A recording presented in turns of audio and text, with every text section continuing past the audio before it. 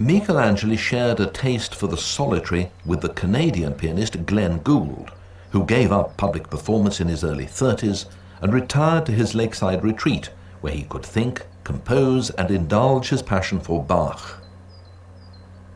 He didn't fit at all. He was a kind of enfant terrible, one of the most influential artists of our time. And this is quite amazing considering that it's primarily because of the way he played Bach. And not only the Bach that he plays in a normal way with genius, but also the eccentric Bach. Equally, both have influenced us.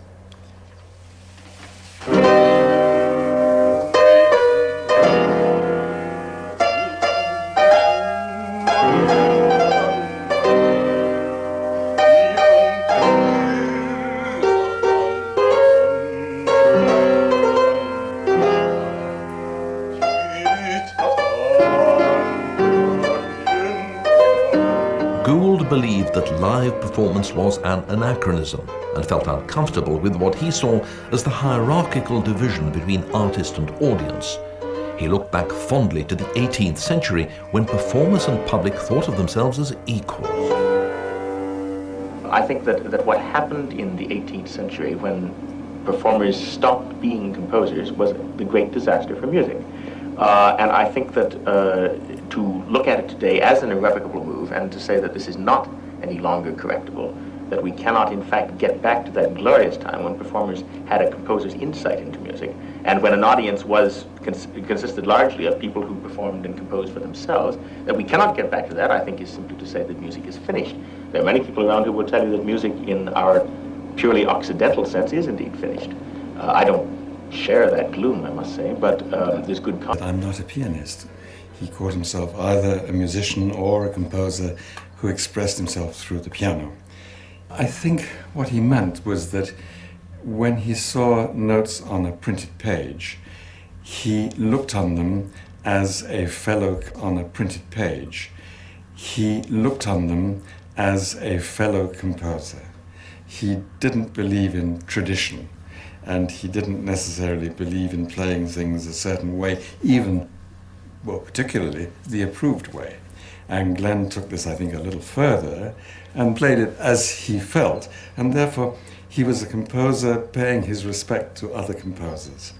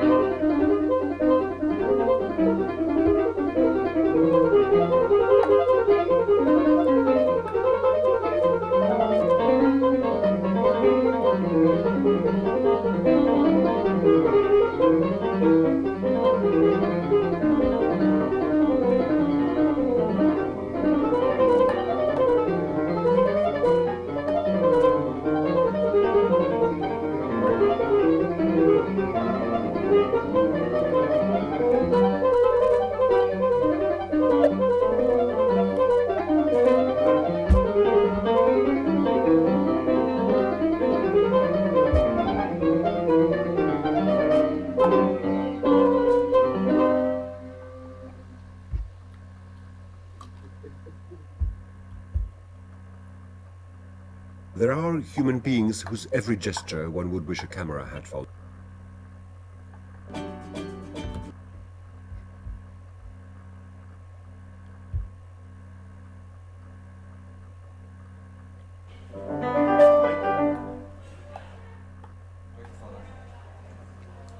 play a little bit of Goldberg variation.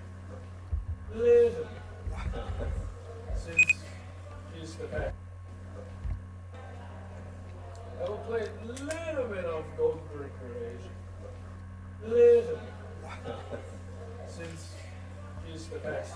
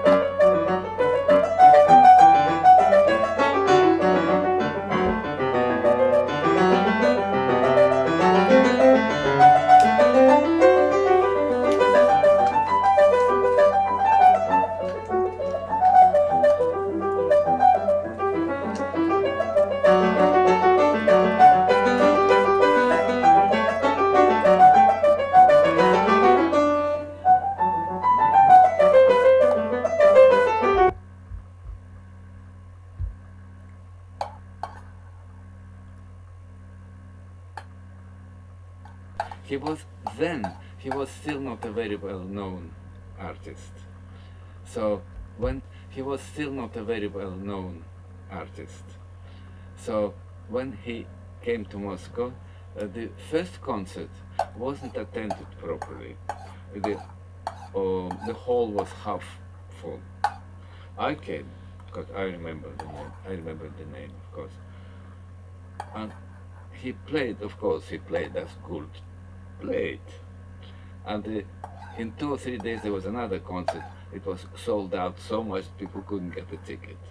I never forget it. And I went to see him, of course, and said hello and how much I enjoyed it. He was a wonderful chap, absolutely wonderful, very warm and very humane, human, very just like you and me, you know, fantastic man. And I remember some years after that, I played in Toronto, and I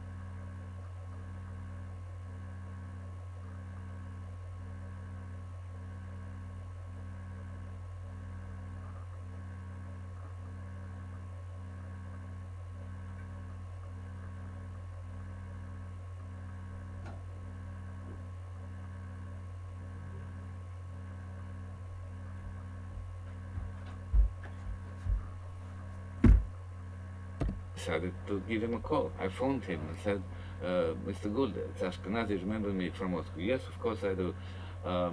I say, I'm playing here now. He said, I don't think I can come to the concert, but can I have lunch with you? I said, yes, great.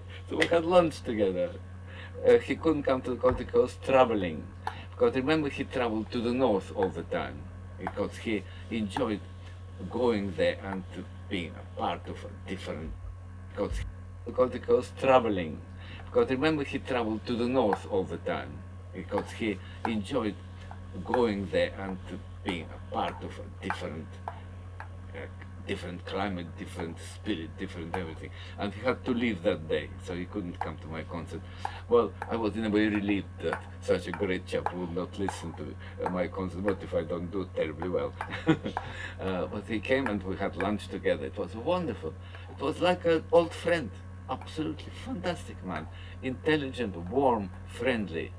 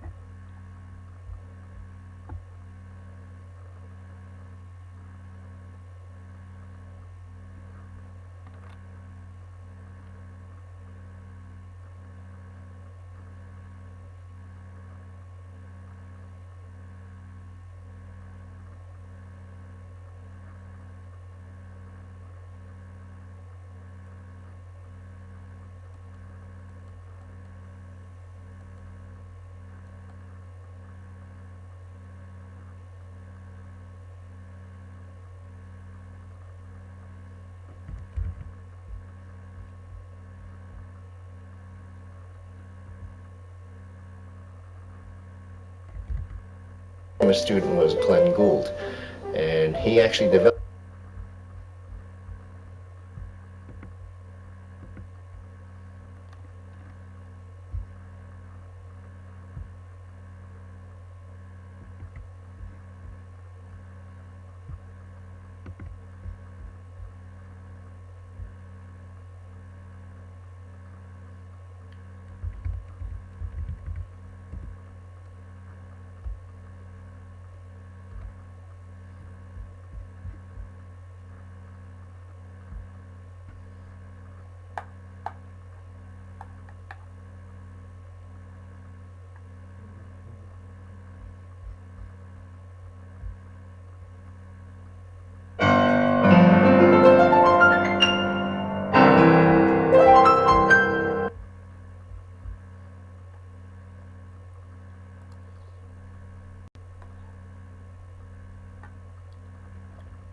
When I was 35 years of age, many years ago, I was homeless. I was sitting around on various steps around the streets, and I remember once I was sitting down eating a piece of bread. I actually had 2 pieces of bread, one for that.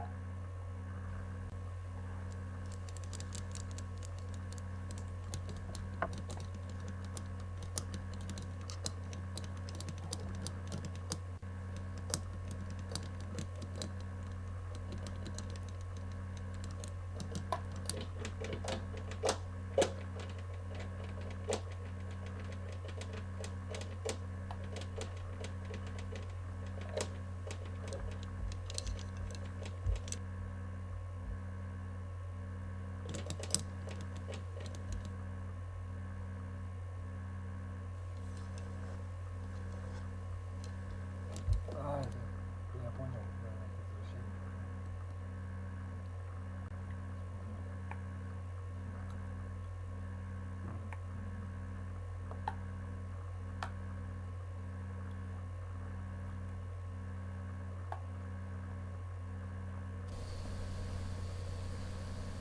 The ideal playing action of the finger should be that all action originates from movement of the first finger joint and not holding this rigid, frozen, and moving from the knuckle, for example, like this.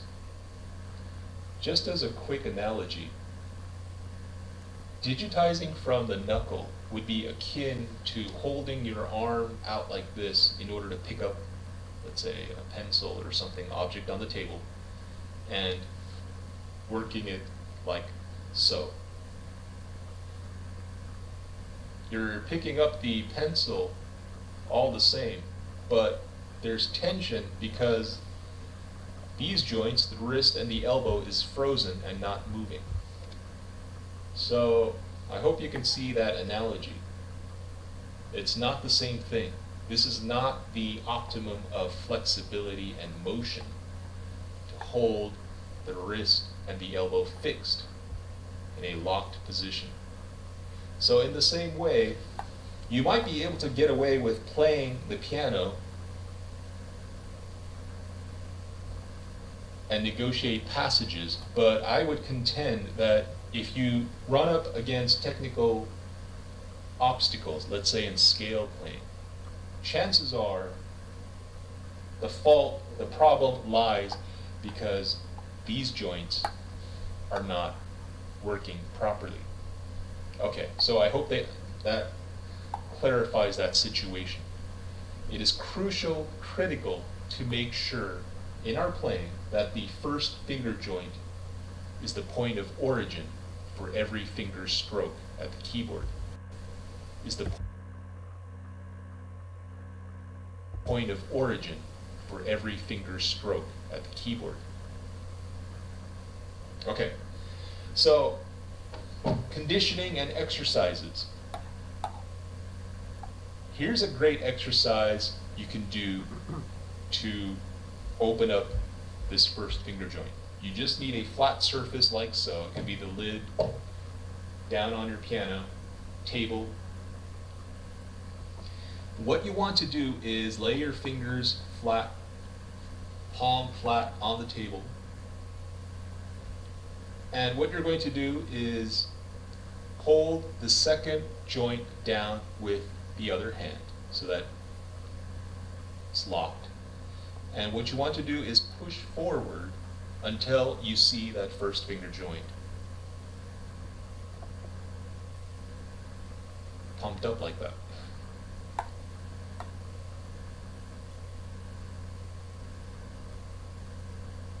And you could do this however many times until you can be sure that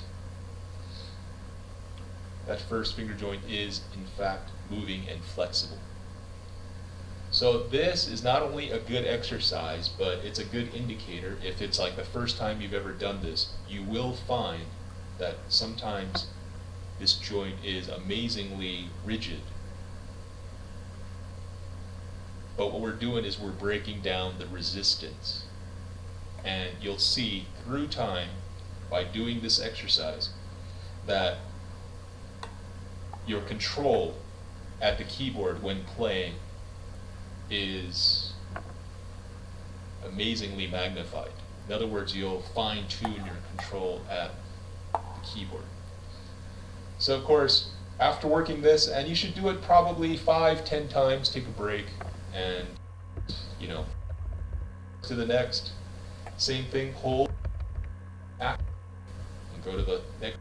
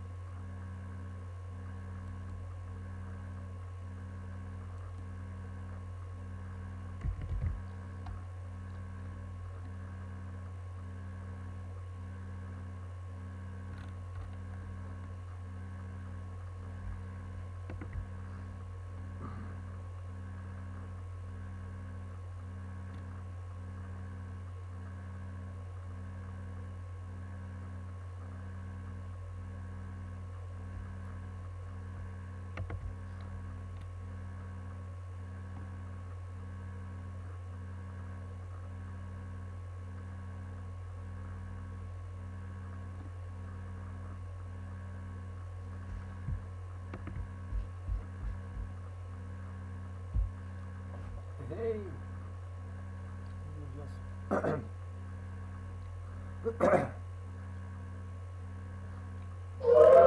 The Holy Grail of vintage smooth compression.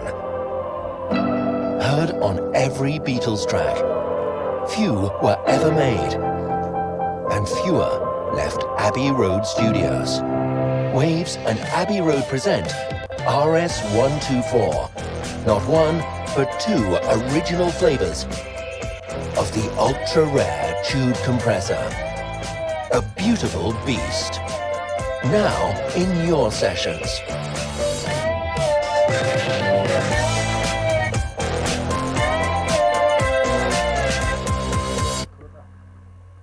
Fast and steady on the piano. The method is quite silly, actually, but nevertheless, it has really helped me out to gain a much better piano technique. In the start, you might laugh quite a bit, and that's totally okay. But if you have a little patience with me, we'll find out later on in this lesson that this quite silly method has so many great aspects. And doing it right. And I'll show you how. I think this is the best practical way to become both very fast and very steady in a rhythmic sense. Improvising music is all about playing with a nice, solid and cool rhythmic feeling. If we can obtain that, I'll claim that we are 99% on our way to improvising music. Because having a strong rhythmic self-confidence, we can play just any note and the audience will still believe in us. Now, let me try and demonstrate. On the bass, we just do a simple 4-meter in C.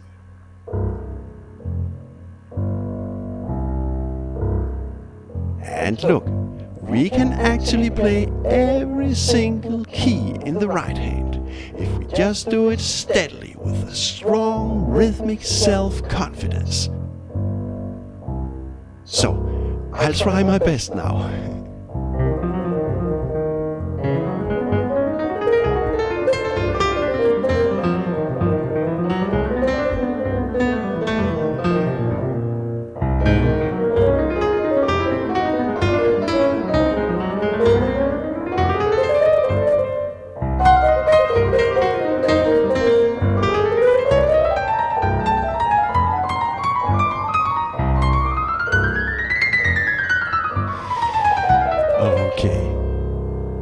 To obtain a strong rhythmic self-confidence, we need to exercise our fingers a lot. And my problem is that I do actually not sit by my piano very often. Many times I have to do other stuff. And I must also admit, sitting by the piano too long, I just tend to get a little bored. Well, I don't know if you share this feeling with me. But the question is, how do we exercise our fingers on a regular basis when we cannot sit by our piano 8 hours a day? Well, we just have to get ourselves a silly and annoying habit. So here comes my secret method. We simply just go around tapping with our fingers. I know this sounds really crazy, but please hang on and hear me out on this. Because in this lesson I'll show you how we can do this right, in a way so the tapping becomes very beneficial to you. Furthermore, we'll later on create specific beneficial exercises, and we'll actually transfer them directly to the piano keys, improvising music. And by the way, by the very end of this lesson, I'll take a big risk and I'll try to show off a little bit. How fast can a regular guy like me, not practicing the piano very often, play just by having a tapping habit? Very bad performance.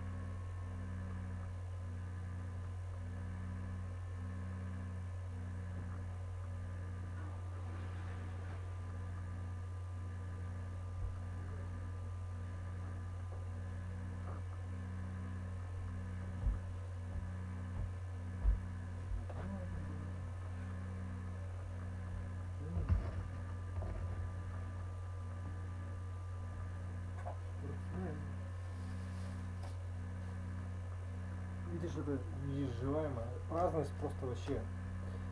Я не знаю точно, да, по моим, но я просто когда ты сам недоумок смотришь на человека и тоже, блин, ты такой же как я, говорит, ну я понял. Я имею в виду, что, как тебе объяснить, что да, может быть, может и да. We'll see how that goes. So, please hang on. This is a new jazz lesson, by the way, and my name is Oliver Prehn. Now, before investigating the techniques about how to tap the right and most beneficial way, let me tell you about how great tapping is. The main idea is that we can tap almost everywhere at every time. Often I do it on a book. This is my scrapbook, by the way, for writing down crazy ideas.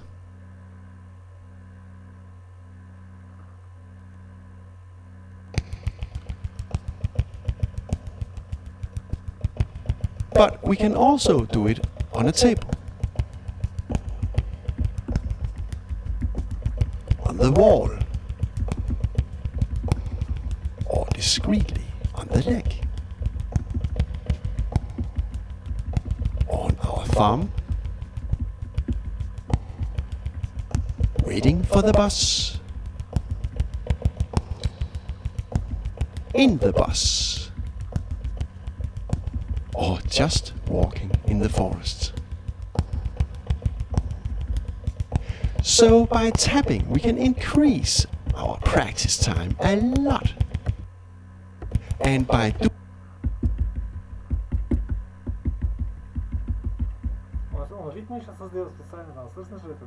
doing the tapping, increase our practice time a lot.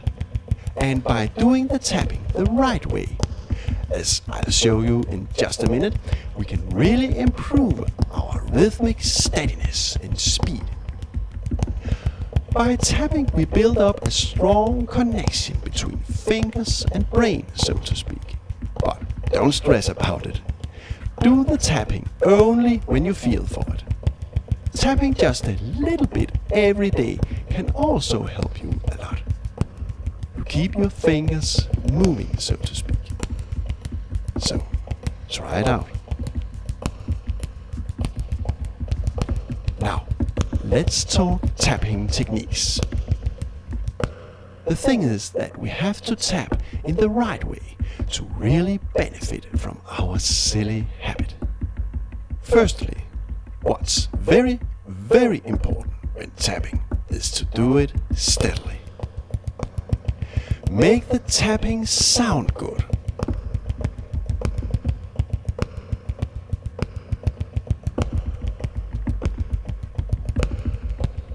Do it slowly. It's so much better and beneficial to tap slowly but steadily than to tap fast and unsteadily. When you feel ready, speed up.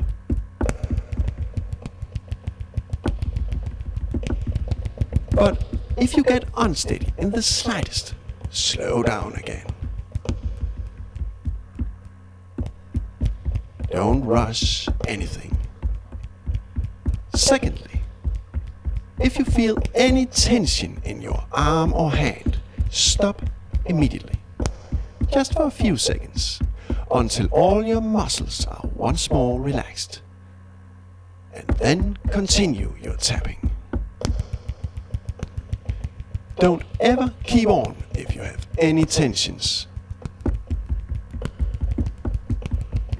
So we just do as many small breaks as we need. It's a sort of reflex we build up.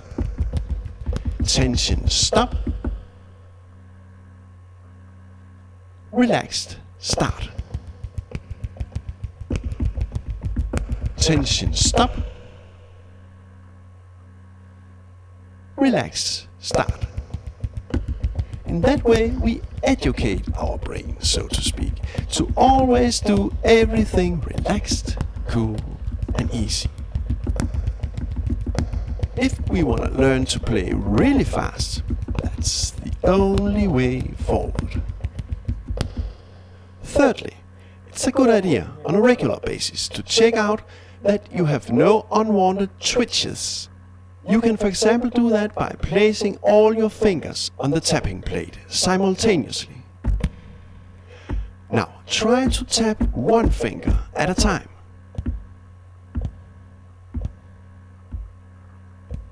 And look at the other fingers. They are not allowed to move at all. The fourth ring finger is the hardest one, I think.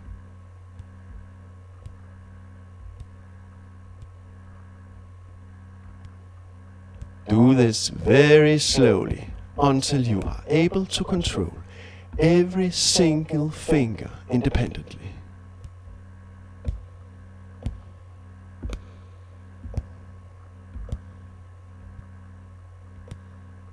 And remember to keep on doing this twitch checkout on a regular basis.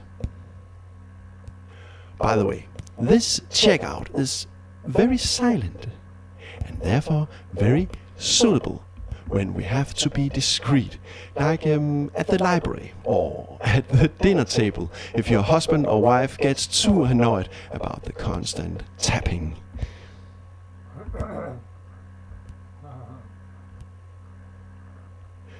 Okay, now it's time for doing some specific and very beneficial tapping exercises. Having done that, I'll show you how we can easily transfer the tapping exercises to the piano keys and use the exercises directly to improvise music. Finally, I'll try to show off and we'll see how that goes. So, please stay tuned.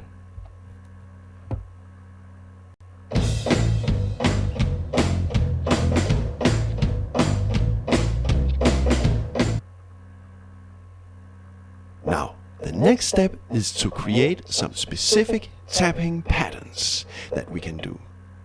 We need to create ourselves a little toolbox of exercises, so to speak. And I recommend that you create pattern exercises with different degrees of difficulty. Because it happens that in some situations it's best to do very simple exercises.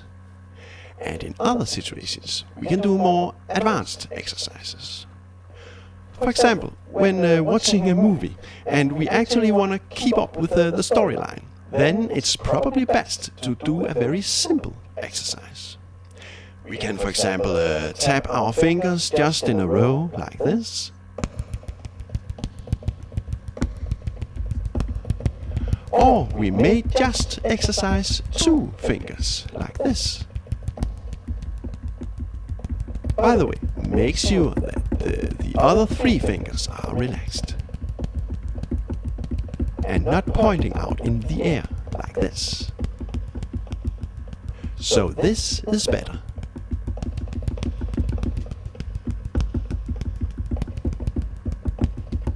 Now, if we can't fall asleep at night, I think that there's nothing better than to practice something more advanced. Actually, these tapping exercises can really make me calm down. Tapping really clears my head. It's pure meditation. And often I fall asleep shortly after. So, at night, I may do a 4 meter in the left hand like this. And then, for example, play 16th notes in the right hand, but with only a 3 taps long pattern, like this.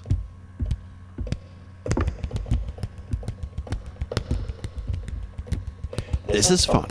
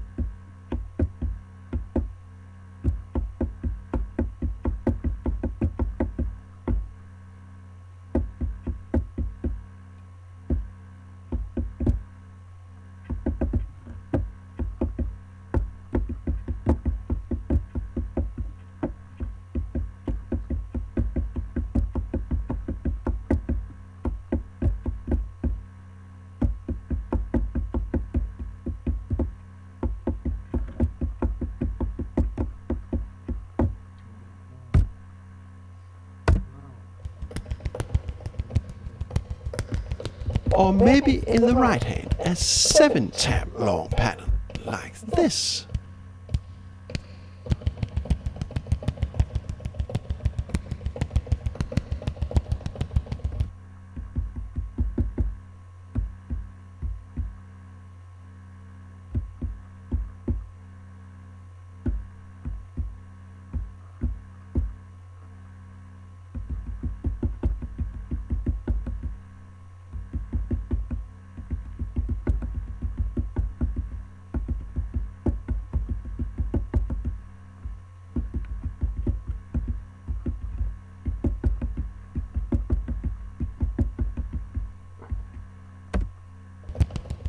Well,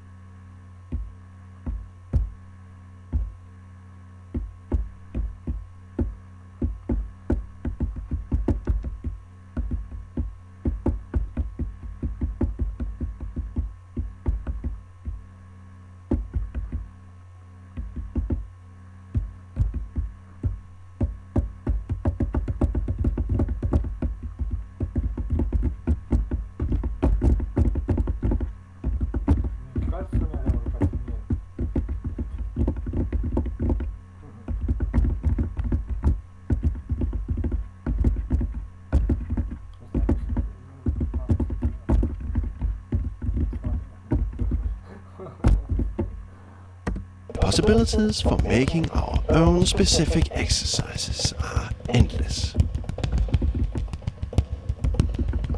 And before transferring our tapping exercises to the keys, playing music, let's also do a totally free exercise.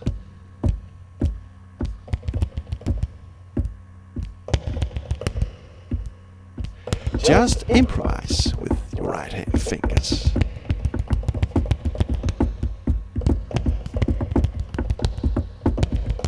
This is probably the most important exercise we can do, actually.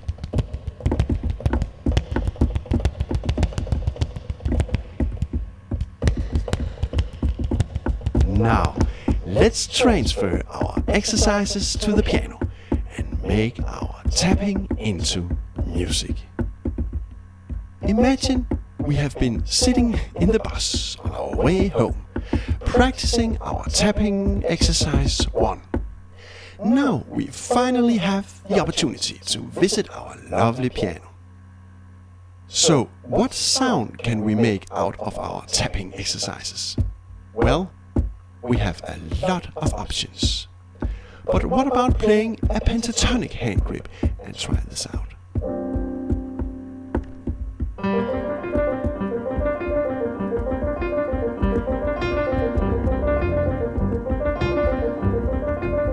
At different positions.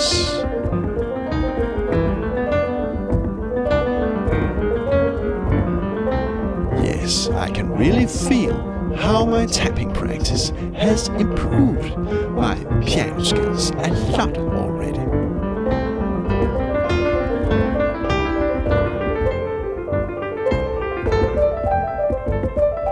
Now, let's also do some breaks and play our exercise more loosely.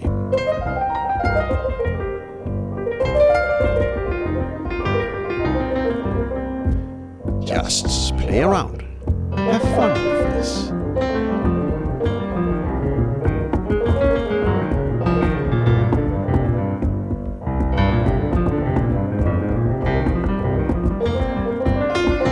Now, what about also transferring our tapping exercise 2 to the piano? Still using the pentatonic hand grip.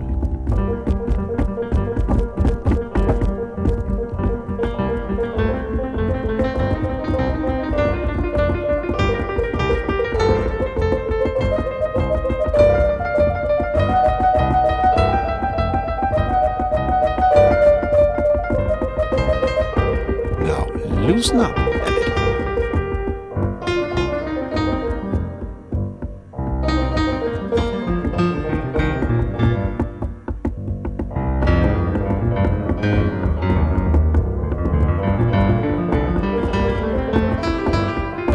what about our tapping exercise 3?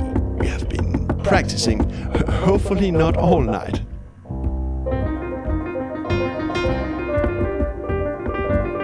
This is a little harder. A 3-note long pattern played on a 4th subdivision rhythm.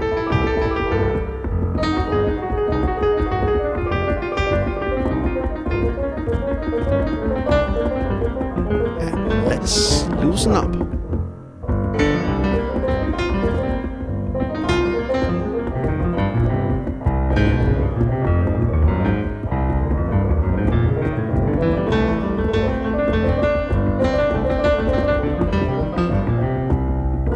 Our tapping exercise 4 is even more advanced. A 7th note long pattern played on a 4th subdivision rhythm.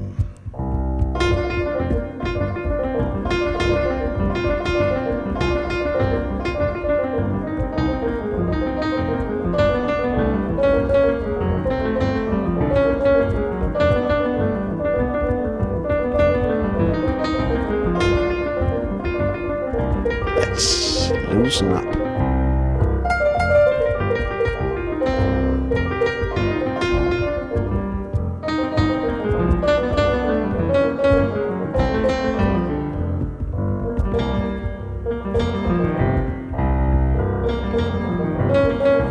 And let's just do tapping exercise 5.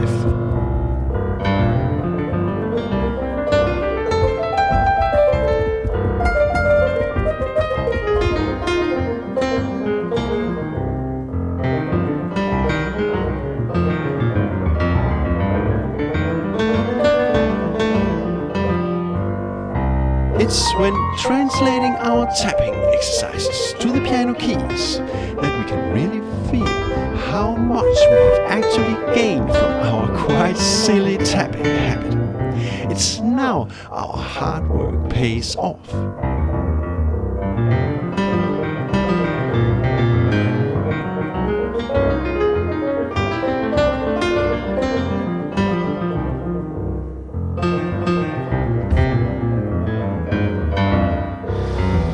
Okay, now try out to create and add your own tapping exercises to your toolbox.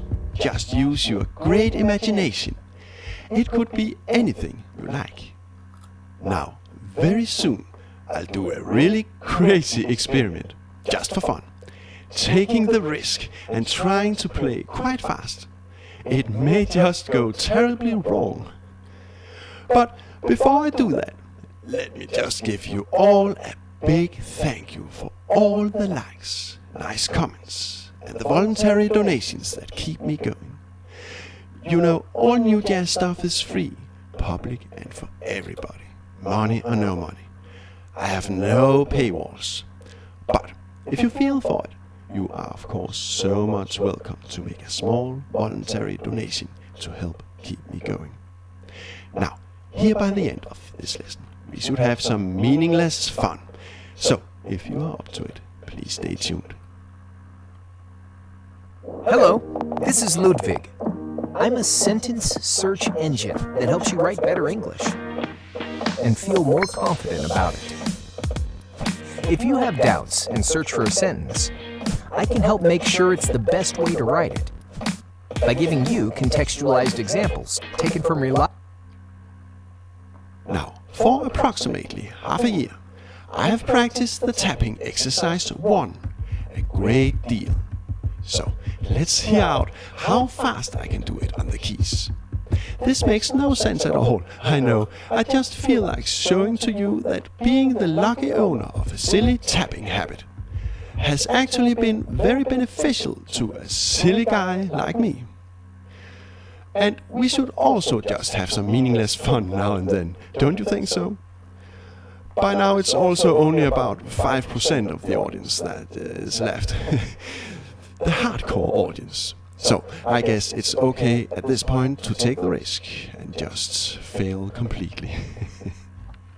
Let's start the metronome at 100 beats per minute, playing 16th notes in the right hand.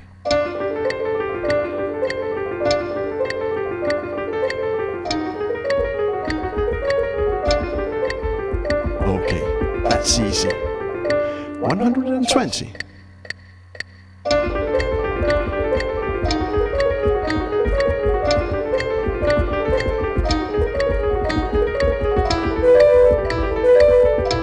$130.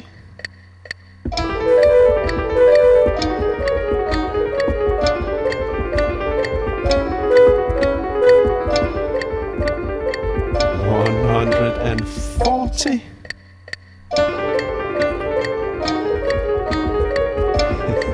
Okay, not any faster, or I'll suddenly fail completely.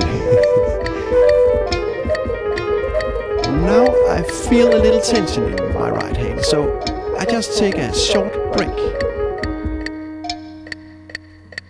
You know, as we have learned earlier, and when I'm totally sure that every muscle is 100% relaxed, I continue.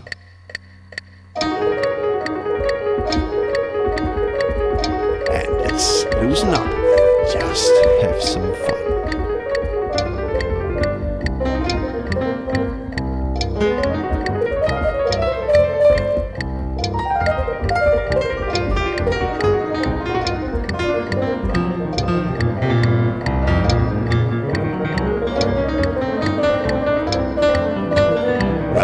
This is it. See you girls and guys in about a month from now.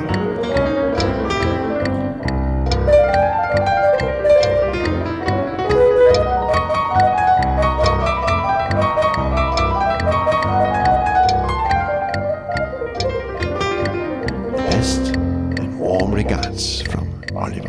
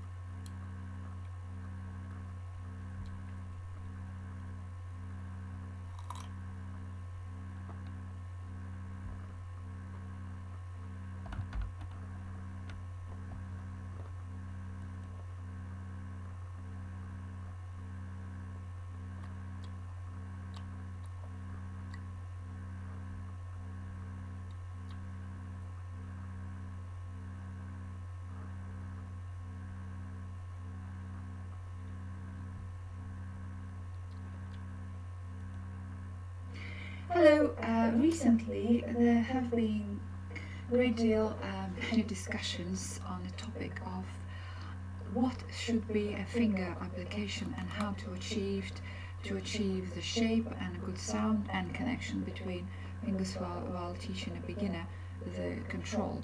So very many teachers sort of have pupils who struggle with the concept. So this is how I explain. the step on a key concept. So first of all, we all know that the key moves, but it's sort of, when we play, the key goes down, and as soon as we leave it, it springs back. So the very good idea is to do it away from the piano at first.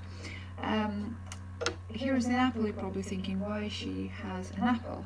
Well, it's just to demonstrate that if you try to teach the shape by holding an apple, I think the student may struggle, because playing the piano requires moving the keys, so you can't hold an apple and play the piano.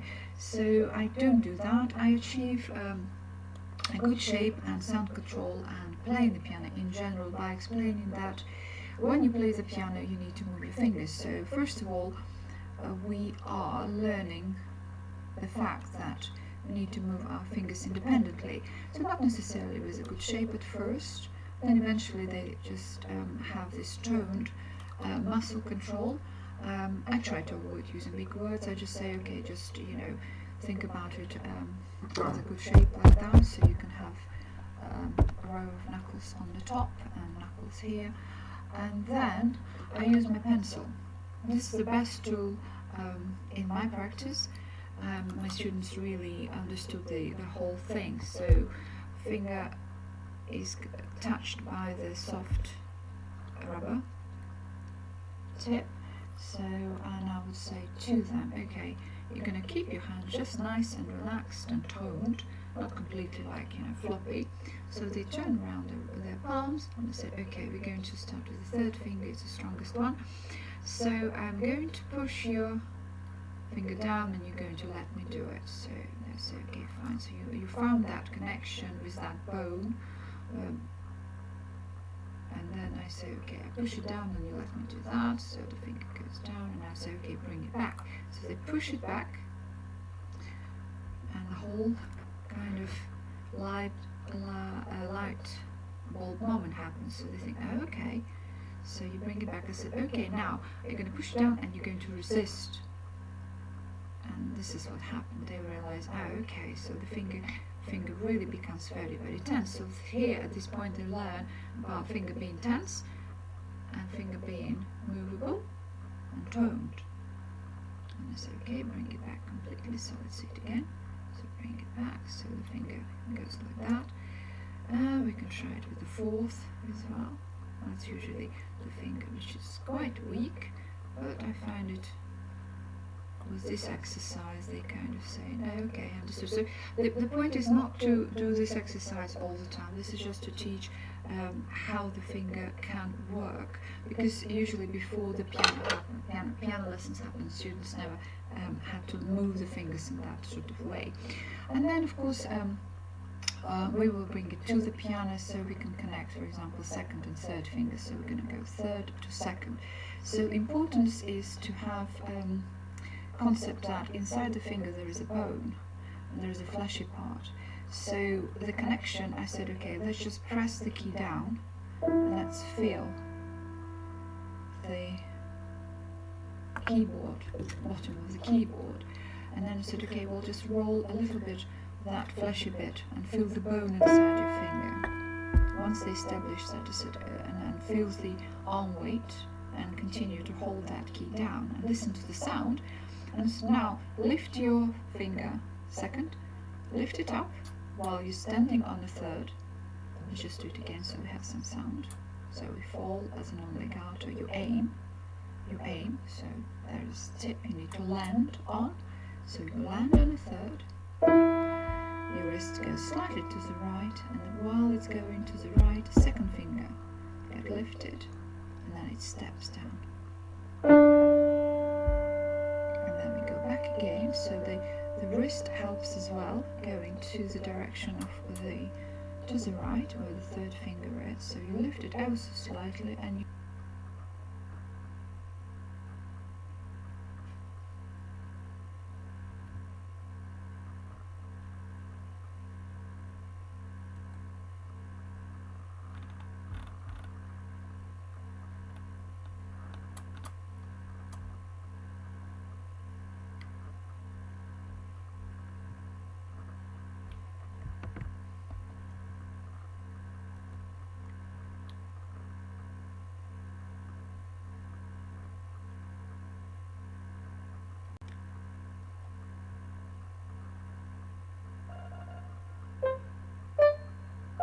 The tapping that Guerrero taught us to do was to gain independence of the fingers. There's no lifting of fingers. So by tapping, you get the feeling of the pressure at the tip of the finger, but the finger just bounces back by itself. So here's what it sounds like with both hands.